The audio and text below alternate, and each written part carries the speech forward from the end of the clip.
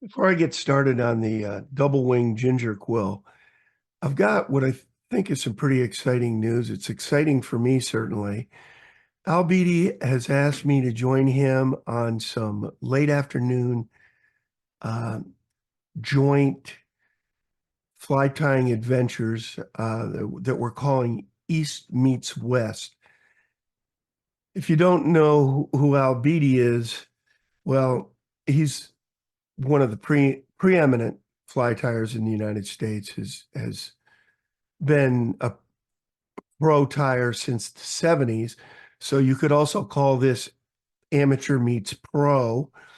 I'm going to do my best to keep up with Al, but it should be a lot of fun. And the focus of this series is going to be on techniques. So if you want to improve your tying, this is a great place to do it. Our first one is tentatively scheduled for March 6th at 5 p.m. Eastern Time, 3 p.m. Mountain Time. More news to follow, but I just wanted to let you know what's going on. This is the recipe for the ginger quill. These flies typically sub nicely in for the Stenonema group of flies, or what was formerly the Stenonema. It's called something else now, McCaffrey and blah, blah, blah. I don't know. We knew it as the light Cahill, the gray fox, and the March brown. And this can be done in a lot of different sizes and sub in nicely for those flies. Oh, I forgot.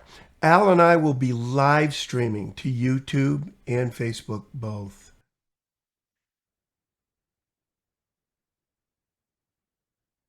I'm going to start my usual 30 seconds of an inch behind the eye and go halfway to the bend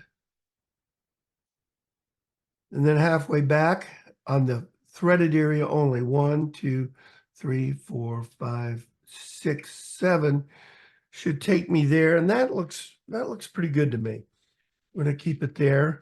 I'm going to tie in these wings. I've got, I hope you can see this. They're very much doubled slips. 2 and 2. And I'm going to try to even them up as best I can. Get these together. Now I have glued the bases of these with solar res. And let's see, it's the green solar res, which is the flexible formula, whatever that means.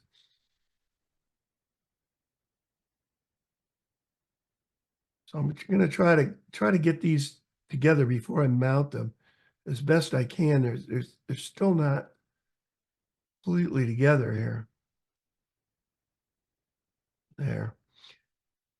I want these to be tall. I want the tips to extend to just behind the eye. Usually works pretty well for me. I'm going to try to keep these as high on the hook as I can get them. I'm using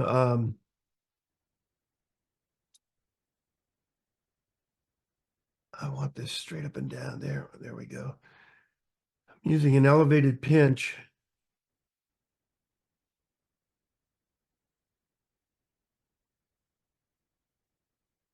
And I want to be very careful about the far wing.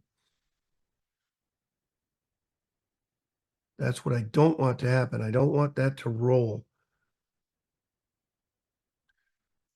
Then I'm just going to cut a couple of very diagonal cuts there to start a taper. It's just the beginning of a taper. And I'm going to bind this down pretty well.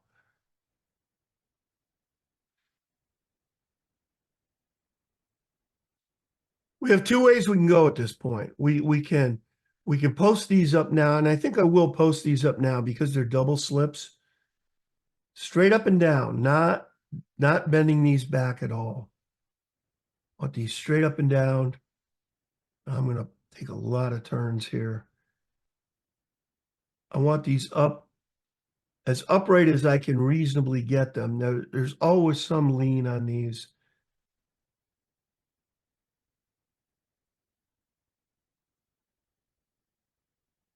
Let's have a look.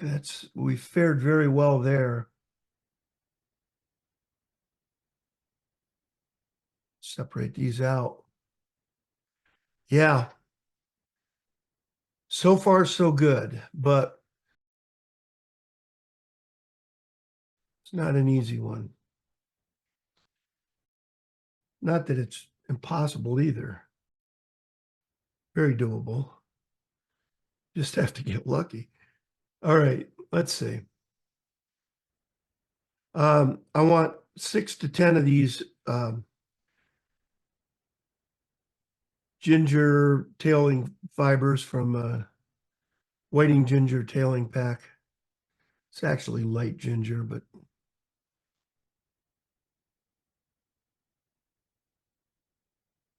and as we take the second turn, I'm going to straighten this tail up. And let's see where we're at. I'm going to do a little more straightening. Yeah, there we go.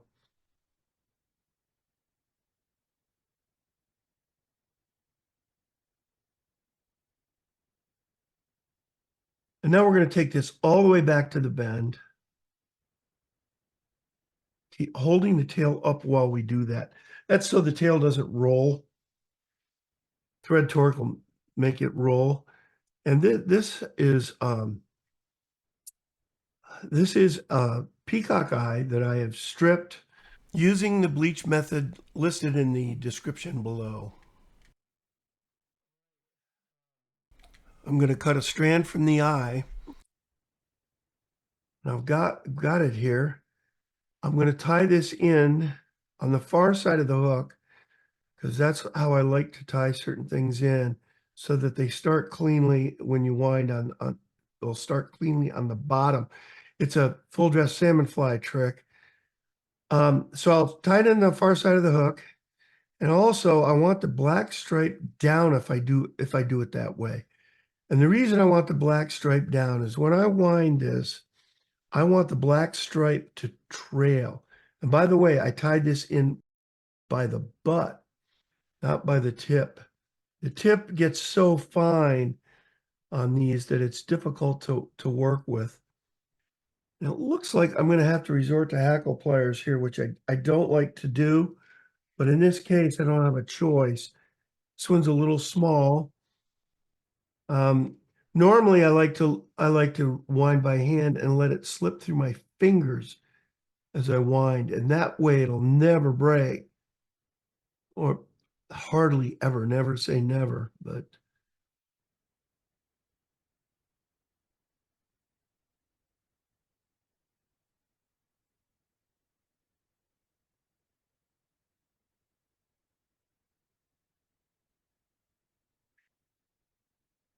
I'm going to trap this twice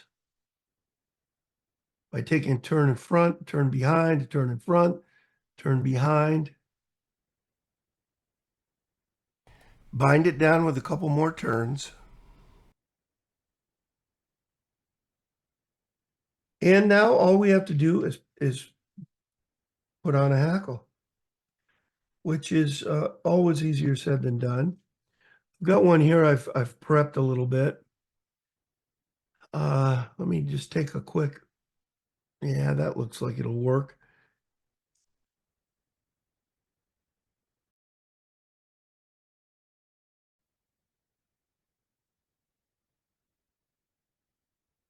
I like to get at least 10 wraps on this. I don't want it pulling out as I'm winding it.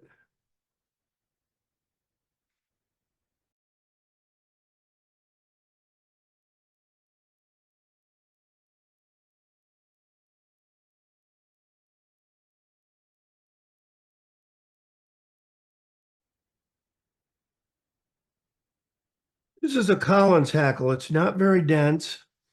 I could probably get away with 3 turns behind the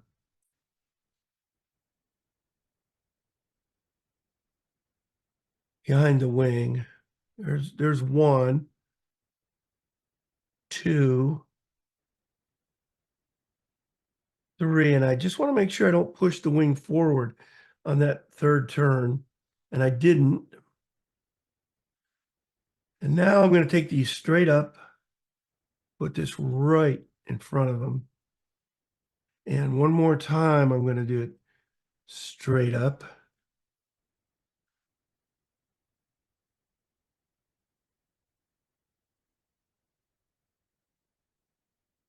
And I'll back off a couple turns.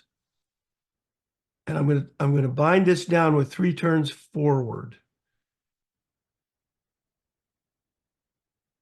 There's 1, 2,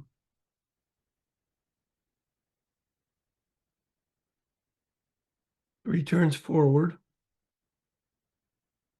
Cut this off.